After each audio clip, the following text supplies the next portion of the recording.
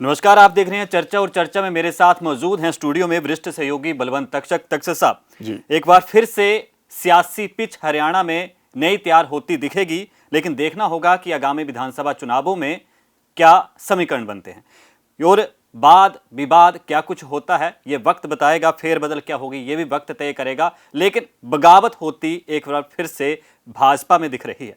इसलिए कह रहा हूं क्योंकि चौधरी वीरेंद्र सिंह पूर्व केंद्रीय मंत्री भी रहे। उन्होंने कहा, आपने भी सुना ही होगा कि 30 उम्मीदवार मैदान में वो उतारेंगे। अगर वो 30 उम्मीदवार उतारते हैं तो आपको पता है कि 90 सदस्यीय विधानसभा है हरियाणा की, और उसमें अब उन्होंने ये जो बात कही है तो इस बात के कई सियासी माहिर अपने तौर तरीके से अर्थ निकाल रहे हैं। तो आज इसी पे विशेष तौर पर चर्चा करूंगा और आपसे जानना चाहूंगा कि ऐसी जो स्थिति आन पड़ी है तो क्या भाजपा में उनका मोह भंग हो गया, और ऐसे कई सवाल हैं और इसको लेकर वो अगले महीने रैली भी करने वाले हैं जिसका नाम रखा गया है कि मेरी आवाज़ सुनो। पर मेरी आवाज़ सुनो कि इस रैली का जो अगर मैं मतलब निकालूं तो क्या भाजपा में उनकी आवाज़ नहीं सुनी जा रही। और अब सबसे पहला सवाल जो मैं आपसे ले रहा हूं वो इसलिए ले रहा हूं कि ये जो मेरी आवाज़ रैली करने वाले हैं चौधरी वीरेंद्र सिंह, इस रैली का क्या अर्थ निकाला जाए सियासी तौर पर? देखिए सुनील, जब से पूर्व केंद्रीय मंत्री चौधरी वीरेंद्र सिंह ने जींद में 2 अक्टूबर को रैली की घोषणा की है, उसके बाद से ही तरह तरह की चर्चाएं शुरू हो गई हैं। जो आपने भी कहा, क्या चौधरी वीरेंद्र सिंह का भाजपा से मोह भंग हो गया है? क्या चौधरी वीरेंद्र सिंह की भाजपा में आवाज़ सुनी नहीं जा रही, जो वो सार्वजनिक तौर पर मेरी आवाज़ सुनो रैली का आयोजन कर रहे हैं? इस तरह की शंकाएं खड़ी हुई थी और इन्हीं शंकाओं के मद्देनज़र हमने चौधरी वीरेंद्र सिंह से बात की। उनसे पूछा गया कि आपकी इस रैली का मकसद क्या है? तो चौधरी वीरेंद्र सिंह का कहना था कि वो 2 अक्टूबर को जींद की ऐतिहासिक धरती पर एक बड़ी रैली करने जा रहे हैं और इस रैली के गलत मायने ना निकाले जाएं। ये रैली जो है वो बेरोजगारी, भुखमरी, महंगाई, सांप्रदायिकता और जातिवाद के खिलाफ है और इसमें समाज के बहुत सारे बुद्धिजीवी लोग मंच पर आकर जो स्थायी समस्याएं हैं जिनका हर एक सरकार ने अपने अपने तरीके से हल करने की कोशिश की है, उनका इस रैली के जरिए स्थायी समाधान सुझाने की कोशिश की जाएगी। लोगों को जो प्रबुद्ध बुद्धिजीवी जो हैं उनकी बातों का उन पर कितना असर होता है ये देखेंगे और उसके बाद ही बात आगे बढ़ाई जाएगी। नहीं, जैसे आपने बीच में कहा कि वो रैली मेरी आवाज़ सुनो इन मसलों पर कर रहे हैं जो सामाजिक मसले। जी। लेकिन फिर 30 उम्मीदवार निकालने की बात, और सबसे बड़ी बात, क्या अगर उम्मीदवारों को निकालने की बात उन्होंने कही तो क्या भाजपा में उनका मोह भंग होता जा रहा है, जो इस तरीके से अलग दिशा में काम करने की या उम्मीदवार उतारने की बात कह रहे हैं? उनकी भाजपा के किसी मंत्री या बड़े नेता से बात हुई? देखिए, चौधरी वीरेंद्र सिंह का ये कहना है कि वो 30 उम्मीदवार मैदान में उतारेंगे। हरियाणा में जब विधानसभा चुनावों का ऐलान होगा और जब टिकटों का बंटवारा होगा तो हमने तो ये भी पूछा था सुनील कि आप किस पार्टी के टिकट पर 30 उम्मीदवार मैदान में उतारेंगे? तो उन्होंने कहा ये स्थितियां तो हम रैली के बाद साफ करेंगे, लेकिन 30 उम्मीदवार हमारा हरियाणा में विधानसभा चुनाव के लिए मैदान में उतारने का इरादा है। मैं समझता हूं कि सुनील, अभी विधानसभा चुनाव में बहुत वक्त बाकी है, घोषणाएं होती रहती हैं, उन पर कितना अमल होगा ये आने वाला वक्त बताएगा, या जींद की रैली में कितनी भीड़ जुटती है, चौधरी वीरेंद्र सिंह के कितने समर्थक वहां जुटते हैं और भीड़ का रेस्पॉन्स क्या होता है, उसके मुताबिक आगे शायद चौधरी वीरेंद्र सिंह फैसला लेंगे। उन्होंने अभी ये नहीं बताया कि वो 30 उम्मीदवार कौन होंगे, किस पार्टी के टिकट पर होंगे, वो आज़ाद उम्मीदवार लड़ेंगे या हर फील्ड में एक अपनी अपनी हैसियत के लोग हैं उनको छांटेंगे। अभी कुछ साफ नहीं हुआ है, तो 2 अक्टूबर आने दीजिए, उस रैली के बाद कुछ तस्वीर साफ होने लगेगी। साफ कुछ नहीं है, लेकिन तक्षक साहब सवाल काफी हैं। जी। अब उचाना कला सीट की बात करता हूं। हिसार से विजेंद्र सिंह उनके सपुत्र जो हैं वो सांसद हैं, और ऐसे में क्या अब उनकी जो घरवाली है प्रेमलता, क्या उनको उचाना कला सीट टिकट दिलवाने के लिए जो है सीधे तौर पर क्या ये उस दबाव की राजनीति हो रही है कि मैं 30 उम्मीदवार जो मैदान में उतारने की बात करता हूँ, रैली करता हूँ, तो दबाव बनाया जा रहा है क्या भाजपा पर? देखिए, चौधरी वीरेंद्र सिंह बहुत सीनियर लीडर हैं जी। वो कांग्रेस के हरियाणा में अध्यक्ष रहे हैं, वो कैबिनेट मंत्री रहे हैं, कई बार चुनाव जीते हैं, उनके बेटे IAS अफसर थे, उनको उन्होंने इस्तीफा दिलवा के हिसार से लोकसभा टिकट पर भाजपा के टिकट पर खड़ा किया। और मैं समझता हूँ कि भाजपा की जो जीत थी उसमें चौधरी बीरेंद्र सिंह और उनके बेटे ब्रजेंद्र सिंह की बड़ी भूमिका रही है। उनकी पत्नी प्रेमलता उचाना कलां से विधायक रही हैं और पिछले दिनों भाजपा के हरियाणा मामलों के प्रभारी विप्लव देव आए थे जब हरियाणा के दौरे पर, तो उन्होंने कहा था प्रेमलता हमारी बड़ी बहन है और भाजपा उनको ही टिकट देगी। तो मैं समझता हूं कि 50 साल हो गए राजनीति करते बीरेंद्र सिंह को, तो बेटा उनके मौजूदा सांसद है, तो मुझे नहीं लगता उनकी कोई टिकट कटने की संभावना है। और प्रेमलता चूंकि जननायक जनता पार्टी के उम्मीदवार दुष्यंत चौटाला के मुकाबले चुनाव हारी थी, ऐसे में विप्लव देव का ये कहना कि हम प्रेमलता को उचाना कला से टिकट देंगे, तो तस्वीर बहुत कुछ साफ है। लेकिन फिर भी देखिए, राजनीति में खुद को आपको वजूद बनाए रखने के लिए, अपनी स्ट्रेंथ दिखाने के लिए हो सकता है चौधरी बीरेंद्र सिंह इस रैली का आयोजन कर रहे हो। और रैली का मकसद आम तौर पर जो लोगों के बीच में धारणा जाती है वही जाती है कि चौधरी बीरेंद्र सिंह शायद अपनी स्ट्रेंथ दिखाना चाहते हैं हरियाणा में, और उसके पीछे मकसद ये है कि बेटे को भी हिसार से लोकसभा की टिकट मिले और उनकी पत्नी को उचाना कला से विधानसभा की टिकट मिले। तो टिकट मिलने की जो आपने बात कही, विप्लव देव का जो आपने मुझे बयान बताया, अगर उस बयान को मैं अगर देखूं तो वो कह रहे हैं कि प्रेमलता को उचाना कला से टिकट दी जाए।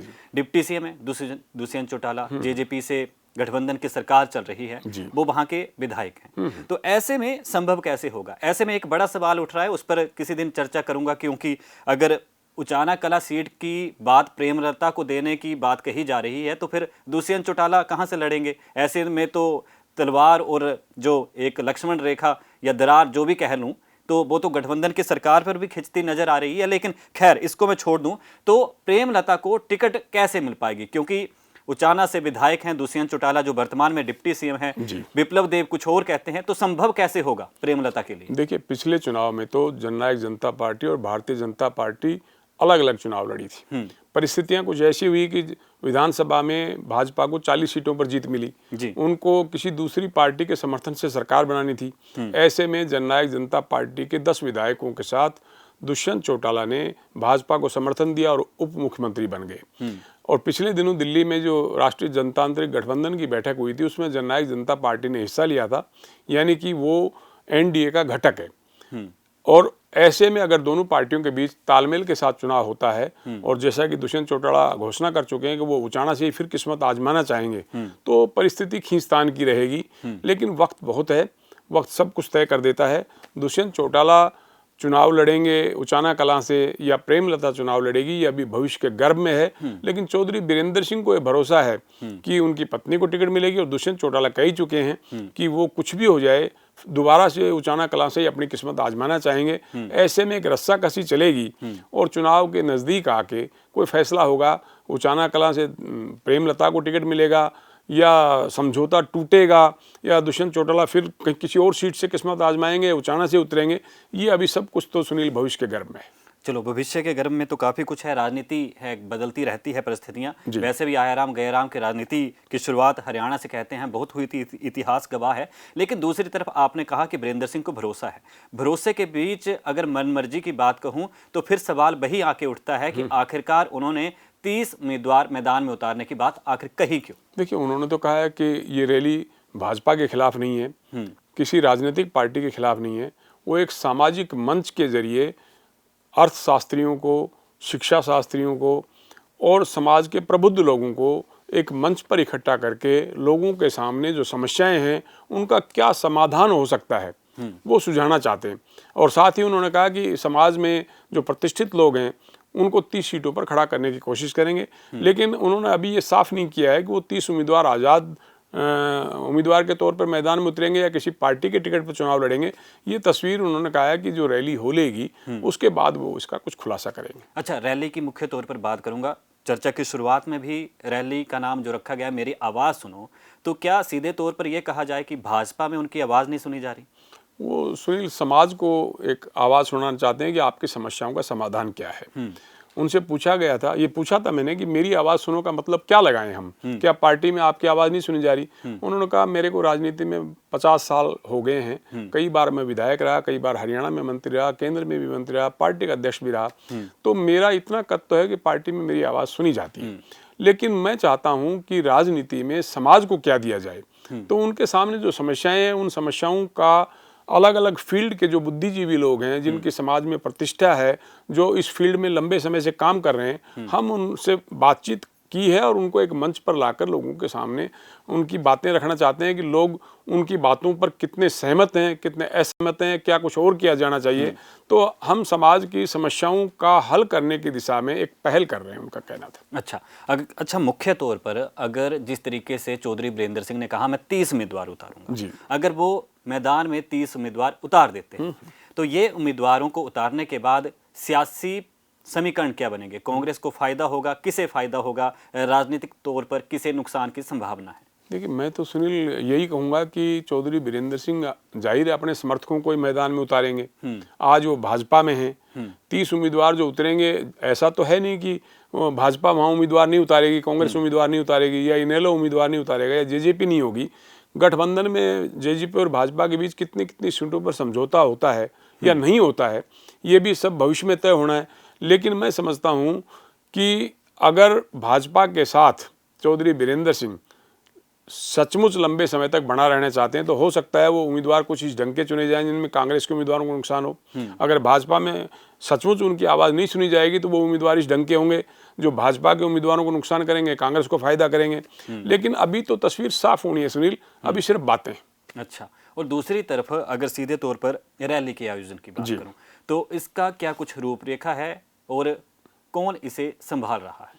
देखिए, रैली की तैयारियां तो शुरू कर दी हैं सुनील। आज से ठीक 1 महीने बाद जींद एक ऐसी ऐतिहासिक धरती है जहां तमाम पार्टियां रैलियां करती हैं और जिसकी रैली बड़ी कामयाब होती है, लोग ये मानने लगते हैं कि हवा इस पार्टी की तरफ चल पड़ी है। चाहे वो बंसीलाल ने कभी रैली की हो, चाहे चौधरी देवीलाल ने वहाँ कभी रैली की हो, कभी चौटाला साहब ने रैली की हो, और चाहे हुड्डा साहब ने रैली की हो। जींद एक राजनीतिक पैमाना है। जींद की धरती पर जिसकी भी बड़े से बड़ी रैली हुई है, लोगों में एक आम धारणा चल पड़ती है कि शायद सरकार इस पार्टी की बनेगी। तो चौधरी वीरेंद्र सिंह तो खुद जींद से हैं, वो चाणा कलां से कई बार विधायक रहे हैं। उन्होंने इस रैली की जो जिम्मेदारी दी है वो सुनील, उसमें वीरेंद्र सिंह के साथी तो हैं ही। छोटू राम विचार मंच है, उसमें युवा बेरोजगार संगठन है, उत्तर हरियाणा विकास मंच है, और इसके अलावा हरियाणा किसान चैम्बर ऑफ कॉमर्स से जुड़े लोग हैं। यानी कि अलग अलग फील्ड के लोग जो हैं, जो अपने अपने क्षेत्र में काम कर रहे हैं, वो इस रैली के आयोजक हैं। और इसके अलावा जो चौधरी वीरेंद्र सिंह के एक समर्थक है उदयवीर पुनिया, उनको रैली का आयोजक, और उनके दूसरे समर्थक जो विजय कौशिक हैं, उनको रैली का संयोजक बनाया गया है। और रैली की तैयारियां जोर शोर से जारी हैं। 2 अक्टूबर को इस रैली के बाद चौधरी वीरेंद्र सिंह की अगली रणनीति जो है उसके साफ होने के आसार हैं।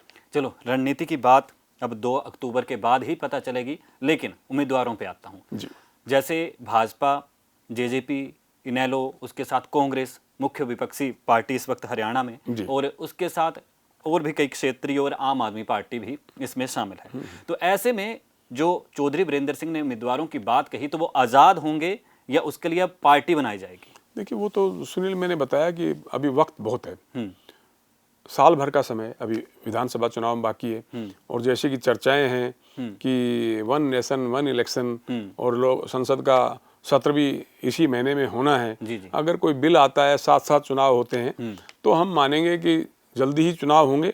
और अगर समय पर चुनाव होते हैं तो अभी हरियाणा में 1 साल बाकी है। अभी जींद की रैली से ही सब कुछ साफ नहीं होना सुनील।